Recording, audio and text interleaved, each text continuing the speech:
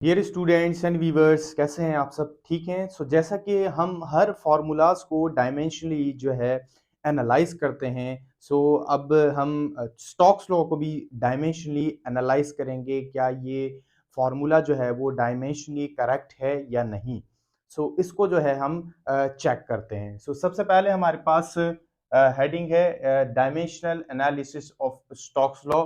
Stokes law का relation, जो Stokes law का रिलेशन जो है हमने लेक्चर में बनाया था। जैसे कि हम जानते हैं कि जो स्टोक्स लॉ है उसमें जो ड्रैग फोर्स है बॉडी की या फिर जो है वो स्फेयर की, स्फेयर जो लिक्विड में फ्लो होता है उसको जो ड्रैग फोर्स जो है वो ड्रैग फोर्स जो उस पे उसके ऊपर लगती है उस बॉडी पे लिक्विड की वजह से, वो ड्रैग फोर्स जो है ये प्रोपोर्शनल है किसके? वेलोसिटी के डायरेक्टली प्रोपोर्शनल है। पहला रिलेशन हमने ये बनाना है और साथ में जो है कॉफिशिएंट हमने बनाना है डायमेंशनल एनालिसिस का।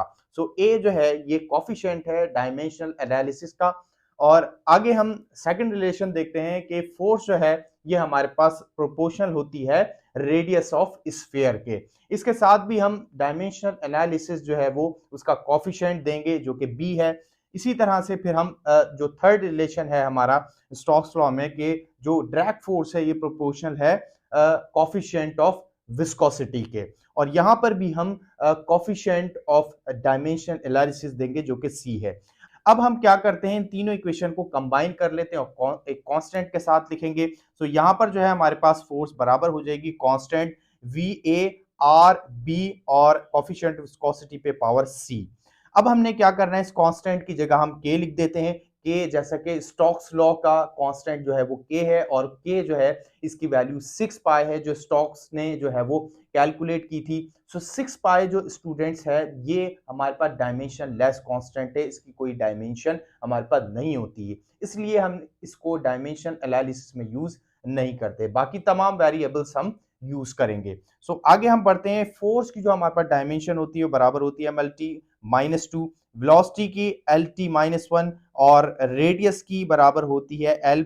और कॉफिशिएंट ऑफ विस्कोसिटी की भी हमने डायमेंशन निकाली थी ml1 t-1। ये हमारे पास जो है वो डायमेंशन है। अब हम क्या करेंगे, इन तमाम ही डायमेंशन को इक्वेशन 1 के अंदर सब्स्टिट्यूट कर देंगे। तो यहाँ पे हम पुट करेंगे इसको इक्वेशन 1 में। तो इक्वेशन 1 में हमारे पास फोर्स की जगह आ जाएगा mlt-2 और यहाँ पर जो है हमारे पास इसकी जगह v की जगह हमारे पास जो है वो lt-1 और कॉफिशिएंट हम आपको बताया कि कांस्टेंट जो है इसकी जो है वो डायमेंशन नहीं होती, लिहाजा इसकी डायमेंशन नहीं लिखेंगे।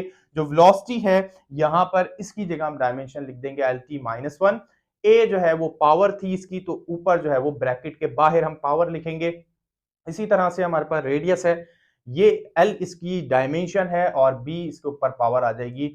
और जो हमारे पास कॉफिशिएंट ऑफ विस्कोसिटी है यहां पर ये इसकी डायमेंशन, इसके ऊपर पावर सी है। अब हम क्या करेंगे स्टूडेंट्स, जो एल डायमेंशन है उसको हम सेपरेट करेंगे और इसी तरह से टी को भी सेपरेट करेंगे और एम को भी सेपरेट करेंगे। स्टूडेंट जो ए पावर है ये दोनों से मल्टीप्लाई होगी, एल से भी और टी से भी, तो इसको हम एल के साथ अलग लिखेंगे और टी के साथ अलग लिखेंगे। ब्रैकेट के बाहर जो है वो पावर की फॉर्म में इसको लिखेंगे। इसी तरह से यहाँ पर हमारे पास एल के साथ बी पावर है और यहाँ पर भी हम अलग अलग सबको पावर के साथ जो है वो लिख लेंगे। अब हम क्या करते हैं स्टूडेंट, नेक्स्ट स्टेप में ये डायमेंशन हमारे पास फोर्स की एज इट इज रहेगी, जबकि जो हमारे पास एल है उसको हम कंबाइन करके जो है वो उसके जो है वो जो कॉफिशिएंट है डायमेंशन एनालिसिस का उसके साथ लिख लेंगे।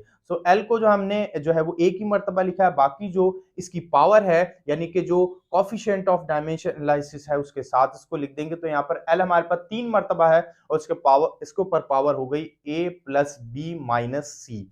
इसी तरह टी हमारे पास 2 मर्तबा है, तो टी के ऊपर पावर एक में जो है वो माइनस ए और दूसरे में है हमारे पास पावर माइनस सी, तो इसको भी हमने एक साथ लिख लिया। इसी तरह से एम हमारे पास एक ही है और सी इसके ऊपर पावर है। अब हम कंपेयर करेंगे लेफ्ट हैंड साइड को राइट हैंड साइड से। हमारे पास डायमेंशन जो है वो सेम है, अब हम कंपेयर करेंगे क्योंकि जो कॉफिशिएंट हैं वो जो है वो दोनों में अलग अलग हैं और कॉफिशिएंट से ही फिर हम फाइनल फॉर्मूला बनाएंगे, फाइनल हमारी इक्वेशन बनेगी और फिर उसको हम चेक करेंगे कि वो वैलिड है या नहीं।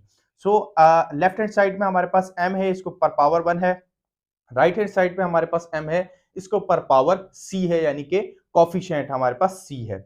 लेफ्ट हैंड साइड में हमारे पास एल देखें हम तो इसके ऊपर पावर 1 है और राइट हैंड साइड पे हमारे पास जो है वो एल है, इसके ऊपर पावर ए प्लस बी प्लस सी है। इसी तरह से जो लेफ्ट हैंड साइड है इसके ऊपर पावर -2 है। यहाँ पे आप देख सकते हैं इसी तरह से जो राइट हैंड साइड है यहाँ पर हमारे पास पावर ए और -सी है। अब हम क्या करेंगे, क्योंकि हमारे पास बेस सेम है, अब जो इसकी पावर होगी उसको हम कंपेयर करके साथ लिखेंगे और फिर उसकी जो है वो वैल्यूज बनाकर हम दोबारा इक्वेशन जो है वो 1 में पुट करेंगे और फिर देखेंगे कि हमारी जो फॉर्मूला है वो वैलिड है या नहीं। तो अब हमारे पास जो है वो C जो है ये बराबर है 1 के, क्योंकि यहाँ पर जो पावर है इसको हम कंपेयर करेंगे। सो C जो है ये 1 के बराबर हो जाएगा। इसी तरह से A प्लस बी प्लस सी जो है ये जो है वो बराबर होगा 1 के, और फिर जो है बाद जो है हम इसको बराबर करेंगे और उसके बाद जो है वो फिर टी को बराबर करेंगे। अब हम तीनों की जो है वो वैल्यूज निकालेंगे, ए की अलग, बी की अलग, सी की अलग, तीनों हमारे पास वैल्यू आनी चाहिए ताकि हम इसको इक्वेशन 1 में पुट कर दें। सो सी जैसा कि हम जानते हैं बराबर है 1 के। अब हम जो है वो ए निकालेंगे तो ए जो है ये माइनस का उधर आके प्लस का हो जाएगा और 2 जो है यहाँ पे माइनस का है उधर आके प्लस का हो जाएगा और सी की जगह हम यहाँ पे -1 रखेंगे तो ए अल्टीमेटली बराबर हो जाएगा किसके, हम निकालेंगे बी। सो यहां से जो है वो a plus b minus c is equal to 1 है, यहां से हमने जो है वो b निकालना है। सो c जो है ये माइनस का उधर जाके प्लस का हो जाएगा, इसी तरह से a जो है ये प्लस का उधर आके माइनस का हो जाएगा और फिर हमारे पास c की भी जो है वो वैल्यू है और a की भी वैल्यू है। सो c की जगह हम 1 पुट करेंगे और जो है वो a की जगह 2 पुट करेंगे तो 2 माइनस 1 जो है ये भी हमारे पास 1 के बराबर हो जाएगा। तो अब हमारे पास 3 कोफिशिएंट आ गए और तीनों जो है हमारे पास 1 के बराबर आ गए, यानी कि तीनों के वैल्यू जो है वो 1 है। फाइनली हमारे पास फॉर्मूला बनेगा F इज इक्वल टू के वी आर और ईटा, यानी कि जो हमने फॉर्मूला जो है वो बनाया है ये वैलिड फॉर्मूला है जो स्टोक्स लॉ ने हमें दिया है। सो स्टूडेंट्स ये हमारे पास डायमेंशनल एनालिसिस जो है ये प्रूफ हो गया कि जो फॉर्मूला है स्टोक्स लॉ का ये जो है ये वैलिड है। सो स्टूडेंट्स ये डायमेंशनल एनालिसिस इसी तरह के और भी फॉर्मूलाज जो है वो डायमेंशनल एनालिसिस से आप जो है वो प्रूफ कर सकते हैं। इसका जो है वो बोर्ड में भी अक्सर जो है वो सवाल आ जाता है तो आप इस तरह से सॉल्व कर सकते हैं। तो ये students dimension analysis, I hope कि आपको जो है वो समझ में आया होगा। इसमें कोई क्वेश्चन हो तो कमेंट सेक्शन में ज़रूर करें। अगर आप जो है वो चैनल पे नए हैं तो चैनल को सब्सक्राइब कर लें, अपने फ्रेंड्स के साथ इस वीडियो को लाजमी शेयर करें और अपना बहुत सारा ख्याल रखें। मिलते हैं आपसे नेक्स्ट वीडियो में। Thank you so much. अल्लाह हाफिज़।